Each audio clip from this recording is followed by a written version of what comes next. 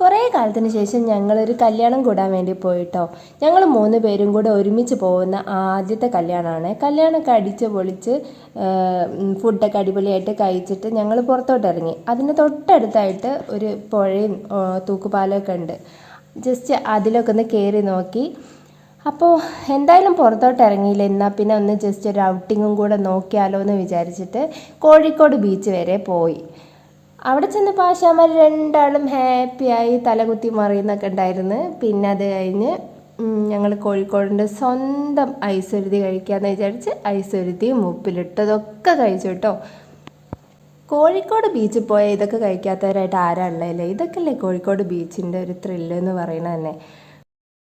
കുറേ ദിവസമായിട്ട് നല്ല മഴയാണ് കോഴിക്കോട്. അതുകൊണ്ട് തന്നെ കടലൊക്കെ നല്ല സീനായിട്ട് നിൽക്കുകയാണ്. ഞാൻ രണ്ടാളെയും വെള്ളത്തിലോട്ട് ഇറക്കിയിട്ടേ ഇല്ല. എനിക്ക് കടൽ വെള്ളം നല്ല പേടിയാണ്. ഞാൻ വെള്ളത്തിൽ ഇറങ്ങാറുമില്ല.